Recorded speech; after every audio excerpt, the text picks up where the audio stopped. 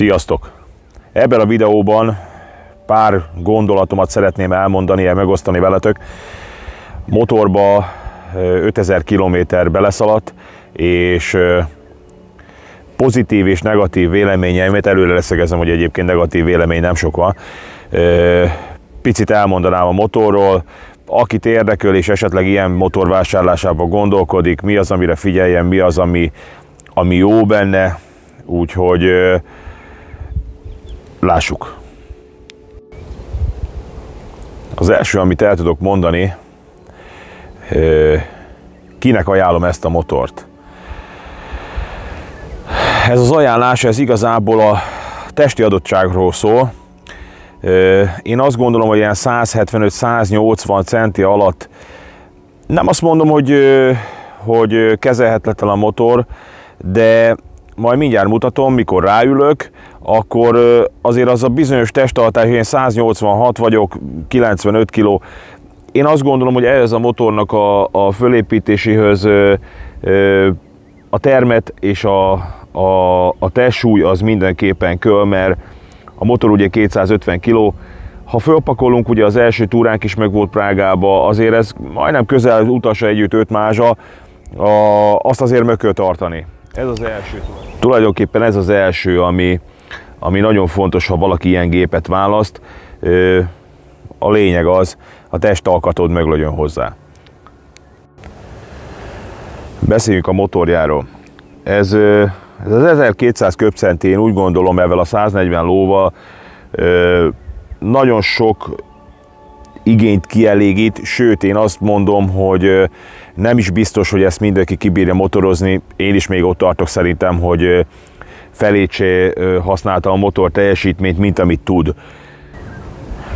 A motor teljesen úgy dolgozik, úgy működik, nincs rezonancia, nincs kerepelés, nincs benne semmi olyan, annyira precízen dolgozik, annyira precízen működik. Minden fordulatszám tartományba, legyél akár hatodikba, 1500-2000-es fordulaton húzod neki a gázt, gyorsul, nem rángat, nincs szakadozás. Természetesen ugye a kardánhajtás miatt itt nincsen lánchang, nincs lánccsörgés, hogyha mondjuk nagyobb sebességi fokozatból húzod a gázt. Innentől fogva azt lehet a motorjára mondani, hogy ez egy nagyon eltalált technika. Én szerintem, én azt gondolom, hogy nagyon sokáig hibakódmentesen és hibamentesen fog dolgozni. Bízok benne. Ha a motornál vagyunk, akkor beszéljünk a váltóról is. A váltó, oda-vissza gyors váltóról beszélünk, nagyon jól működik. A váltó pici fordulatról is, 1500-as fordulatról simán lehet fölváltani gyorsváltó használatba. Nem veszed észre azt, hogy ez gondot okozna a motornak. Ugye persze más motoroknál, nekem előtte egy Tracerön volt, ott azért 4-5 ezeres fordulaton szeretett az autó, ez a gyorsváltó működni. Itt nincs ilyen. Itt ez teljes mértékben fölfele is, lefele is, egyesbe visszabírod, vagy akár ülésbe kibírod rakni pici, alacsony fordulat tartományon. Ezzel sincs probléma. Ez nagyon össze van hangolva a motorral, és simán vált. Nincs hangja, nincs koppanás, egy szóval jó. És akkor innen hátrafele a hajtás. Hajtás, ugye kardánhajtásról beszélünk, nem volt még kardános motorom. Picit tartottam is tőle, meg nem is, picit vágytam is rá, mert azt gondoltam, hogy a túrák során, és igazából itt látszik a túramotornak az előnye, hogy nincs gondozása a menet közben. Folyamatosan az volt, ha eső volt, ha ilyen idő volt, olyan idő volt, fújjad a láncot, x kilométer után fújjad a láncot.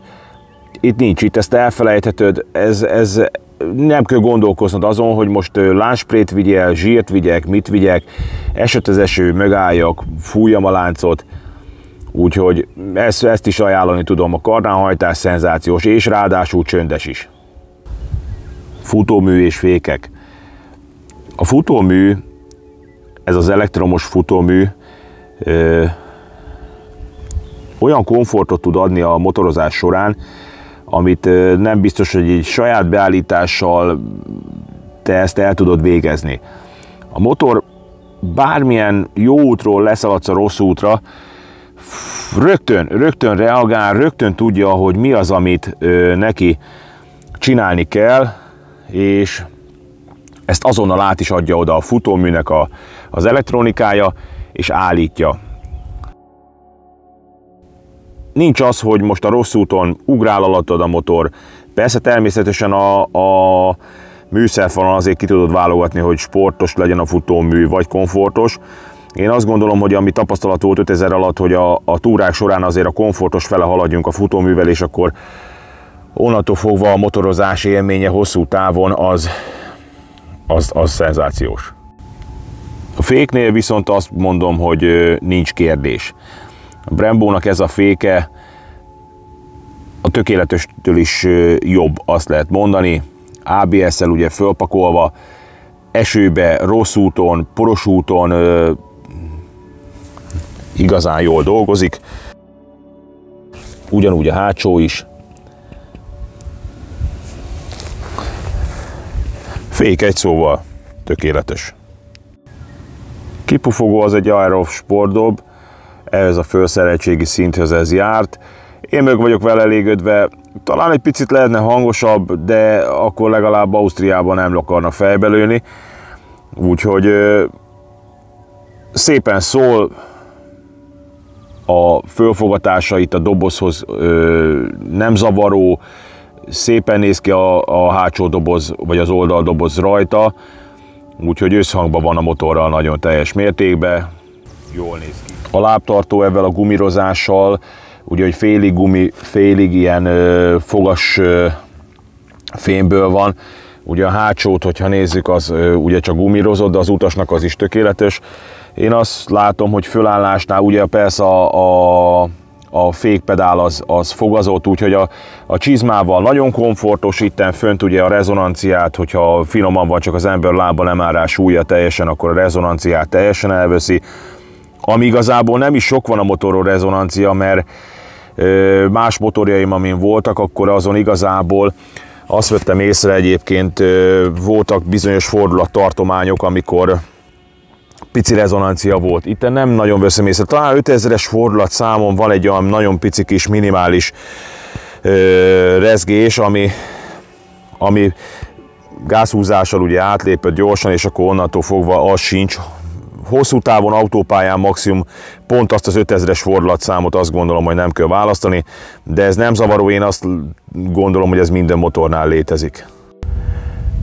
Kezelőszervek nagyon a helyén vannak, tökéletes kézreálló kormányfűtésnek a kis gombja egy ujjal, minden erőfeszítés nélkül nagyon kézre áll, tempomat kapcsolói nagyon jók, az alsó kis gombbal, ahol a menet közbeli, ott a menübe alól tudod váltogatni a dolgokat, az is helyén van, kézre áll. A másik oldalon szintén vészleállító gombok, elakadási jelző, és még a kormányzárnak a gombja is, hogyha a leállításnál kormányzárt szeretnénk kapcsolni, az is teljesen jó helyen. A kormány pozíció is jó, én nekem a gyári, ahogy össze volt rakva, nem állítottam rajta, a karokon állítottam egy picit, persze annak is van ugye állítási lehetősége mindnek, azt az ember egy picit személyre szabja az ujja méretéhez, és onnantól fogva ez is működőképes. Műszerfal. Adjunk rá egy kis gyújtást. A műszerfalnak a fényereje most egy kicsit árnyékosabb van, ugye ezt lehet automatán állítani, most ugye a nap, hogy nem annyira süt, innentől fogva most ez az éjszakai világítási mód van rajta. Nem zavaró, van akit zavarva, láttam, van akit nem. Én hagy váltogassa, hogyha úgy érzi, hogy a fényviszony ezt kívánja, akkor váltsa erre. Viszont amikor nagyon tűz a nap, ugye az teljesen tökéletes, hogy a műszerfalat egy picit így ebben a mozdulattal ugye lehet borítani, és innentől fogva, amikor, ha úgy süt a nap, nem vág bele az arcodba a visszatükröződő fény. Ez is jól működik rajta. A menüje nagyon egyértelmű, pillanatok alatt lehet az embernek itt alól ugye ezzel a kis karral, amit az előbb mondtam, váltogatni a kontrasztot. Ugye itt az automata kontraszt, hogyha rá is nyomunk gyorsan, akkor visszaállítjuk rögtön a nappali fényerőre. Azért mondom, hogy ez pillanatok alatt és másodpercek alatt lehet váltogatni. Ugye a fogyasztásom, beszéljünk akkor a fogyasztásról is, akkor egy picit 6 literes átlagomat ír. Én úgy vettem észre, hogy egyébként tankolások folyamán ez inkább olyan 5,5 liter, egy picit a kompjúter úgy gondolom, hogy fölé satszol, de nincs jelentősége. Ekkora a köbcentihez, ekkora a lóerőz, én úgy gondolom, hogy ez a 6 literes átlagfogyasztás, ez teljesen jó. És ráadásul ez most ugye Prágában, hogy voltunk 2 hete, ez autópálya tempó 140-es tempomattal, én korrektnek tartom. A kilométert, mint látjátok, 5267 kilométer van most a motorba. Itt a műszerfalról még annyit tudnék mondani, ugye az állítási lehetőségek, akkor innen maradjunk a szélvédelemnél. A szélvédelem megfelelő. Ettől nem is kéne, én azt mondom, hogy nagyobb szélvédelme legyen a motornak, mert akkor az már zavaró olyan szinten, mikor nagyon meleg van. Ha nagyon meleg van, akkor teljesen le kell engedjem a plexit, és még akkor is azt mondom, hogy a sisakomat természetesen éri a fény, de akkor is olyan szinte majdnem azt mondom vákuumba ül az ember, hogy nem ér a szél. Sokszor voltam nagyon nagy melegben, azt mondom, hogy elvártam volna azt esetleg, hogy a plexi nem volna rajta, az jobb lett volna. De esőbe is, amikor mentünk, a GPS tartó ott van fönt a motoron, nem érte a víz, teljesen elvezette onnan, úgyhogy ebben se volt probléma.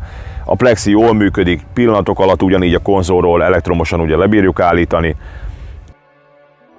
Ez is jó. Jó, és akkor nézzük a világítást.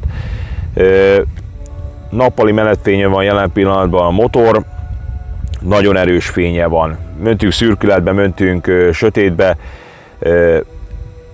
masszívan erős fénye van, sőt inkább azt mondom, hogy az autósok 90%-a majdnem az esti időszakban villog rám a sima tompítottal, hogy vegyen vissza, mert nagyon erős a fénye, attól függetlenül, hogy a lámpa már le van állítva teljesen az alsó fokozatba, hogy lefele bukjon. De úgyhogy nem tartom annak jelentőségét, hogy esetleg kiegészítő lámpát szereljek a motorra, mert nincs rá szükség tulajdonképpen. A szélvédelemben még a kézvédők is besegítenek, nagyon jó szolgálatot tudnak tenni. Azt nem mondanám, hogy ez a világ legerősebb kézvédője, nincs benne ugye alumíniumbetét, de a szélbe, kicsit hűvösebb időbe, esős időbe nagyon jó szolgálatot tudnak tenni, úgyhogy ez is praktikus rajta. Szeretem ezt is használni. Az ülés a következő. Az ülésre panaszt nem lehet. Ez ugye alapból ugye komfortülésnek számít rajta, nem a fűtött ülés. Elég széles, jó az íve, az én méretemhez képest ugye föl van emelve a legmagasabb állásba. Picit bordázott a mintázata, és kényelmes. Utasülésről nem nagyon tudok nyilatkozni, mert ugye én nem ülök rajta, csak a párom, viszont ő is azt mondja, hogy teljesen komfortos, itt van benne egy pici kis emelés itt a betétbe. Aránylag azt lehet mondani, hogy az utas nem nagyon akar lecsúszni róla, persze nagyobb fékezésnél azért, de viszont a motoros nadrág és a fenekén a motoros nadrágnak kialakított pici kis tapadó réteg teljesen jó fogja az utast és a vezetőt is, nem csúszkálunk rajta. Az ülés komforttal nincs gond, 3-4-5-600 kilométert is simán utazható rajta, nem fárad el a motoros. Ez is 5-ös. Dobozok, pakolhatóság. A motorra gyári dobozokat vásároltam, 2 oldalsót és felső topkészt alumíniumból. Nem volt még alumínium dobozom, de meg vagyok vele elégedve, sokkal jobban pakolható a kocka doboz. Én azt hittem, hogy majd a régi műanyag dobozok után, a givis dobozok után ez majd egy kicsit rosszabb lesz pakolni, de sokkal jobb a kocka dobozba pakolni, mert én úgy veszem észre, hogy több minden szinte azt lehet mondani belefér. Hátsó platni, érdekes dolog, nem tapasztaltam még, vagy nem láttam más motoron, nem tudom, hogy van-e, lehet, előfordulhat. Van egy bizonyos pici kis mozgása. Először azt hittem, hogy rosszul van fölrakva a platni, de kiderült, hogy nem, hanem ez arra hivatott, mikor a turbulens szelek hátul mocorognak, akkor a doboznak van egy bizonyos pici kis mozgása, és ez azt eredményezi, hogy bármilyen kamion, bármilyen teherautó után, ugye eddig a régi motorjával belementem, akkor volt egy ilyen kis szitálás, úgy az ember azt érezte, hogy le akar hullani a motorról.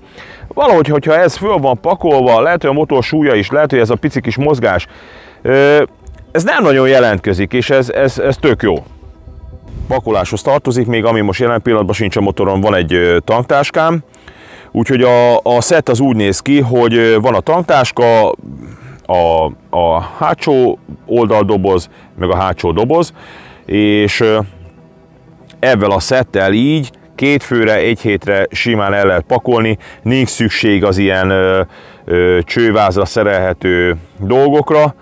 A motort az alukofferokkal úgyhogy meg lehet durrantani, észön kell lölni a pakolással, mert nagyon sokat bele tud az ember súlyt pakolni, és akkor azért a motor súlya tényleg, amit mondtam is már, hogy az 5 mázsa körül mocorog, azért erre figyelni kell. Gyárilag ugye kaptam ezt a szettet a haspáncéllal és az alsó bukócsővel. Ezt a felsőt, ezt az SV Motekosat, ezt már én raktam rá. Itt nem volt ugye a gyárilag ebbe a Special Edition csomagba. Én úgy éreztem jelentőségét, hogy azért ennek itt ebbe a műanyag dolgokat, hogyha véletlen borul a motor, azért azt tudja védeni. Remélem, hogy azért erre nem nagyon lesz szükség, hogy a borulást megnézzük. Azért óhatatlan, én úgy gondolom, hogy egy motor azért ebből a túra fölszereltséggel, mikor föl van nyomva és véletlen nem úgy bírod a lábadat tartani, akkor nem biztos, hogy nem fog elborulni. Motor festése ebbe a színbe. Tartottam egy picit ettől a mat festéstől, de nagyon jó. A kosz nem látszik rajta, az új lenyomat nem látszik rajta, könnyed takarítható, ezzel a fekete kombóval. A fekete szín azért egy picit azért hozza róla az elvártat, természetesen a fekete színen azért rögtön a pici por, a pici kosz, ott is azért úgy az jelentkezik, mint mondjuk egy szürkés vagy bármilyen más színű motoron. És akkor egy pár dolog, beszéljek a negatívumokról is. Van neki az is, de nem sok. Az első, amit meg tudnák említeni, igazából azt nem a motornak a problémája, ez a bukócsőnek a problémája, ez is a másik oldalon.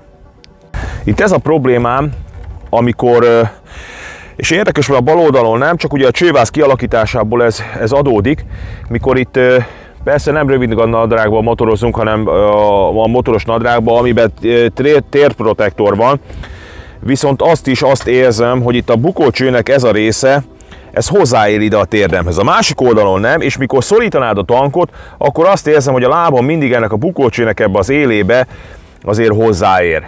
Úgyhogy ez az SV Moteknak a kialakítása, de persze természetesen a blokk miatt ugye ezt nem bírták máshova rakni, meg a csővázon ugye itt van a fölfogatás, ez adott dolog, de ebben együtt kell élni. A következő pici negatívum a tükrök. És nem a tükröknek az állásával, szélességével van bajom, hanem a tükröknek a mozdíthatóságával. Sok esetben tapasztaltam azt, hogy jó volna az, hogy a tükröt hirtelen be kéne csukni, össze kéne csukni, na ez őnála nem működik, ezek a tükrök fixek. Van 2 szorító anya, ami össze van húzva, más motortípusnál, a Yamahámnál volt, amit bebírtam csukni, visszabírtam hajtani, oda kattant, kész. Úgyhogy ez is egy picit ez, hogy nem mozdítható a tükör, hanem fix, ez annyira nem jó. A következő pici momentum, nem is tudom milyen elgondolásból rakták ezt ide. Ugye hátsó ülést úgy bírjuk fölnyitni, ha a kulcsot ide nyomom bele.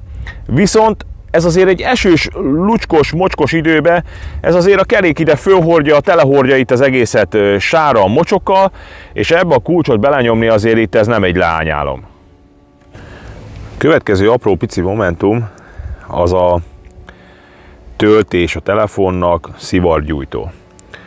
Ugye ezen nem a hagyományos, hanem ez a mini szivargyújtó ajzat van, itt is, és van egy itt az ülés alatt is bent. Odáig nincs is gond, ez tök jó, hogy 2 van. Viszont ha fönt van a tanktáska a motoron, belenyomjuk ide ezt a szivargyújtó részt, ezek annyira pici a csonkja, hogy ez képes kirázódni belőle.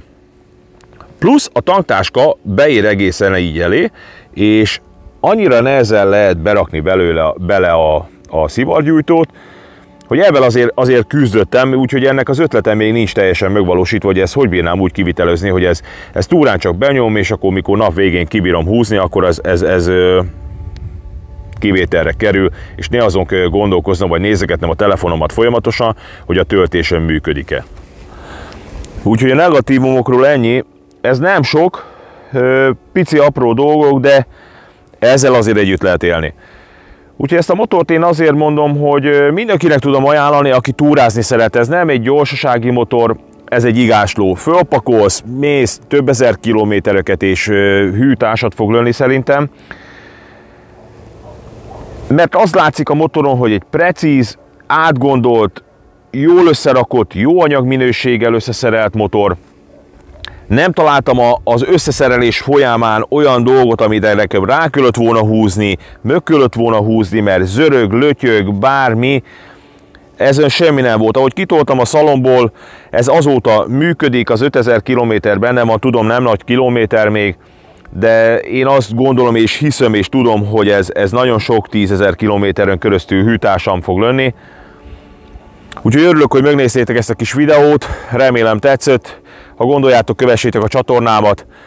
Sziasztok!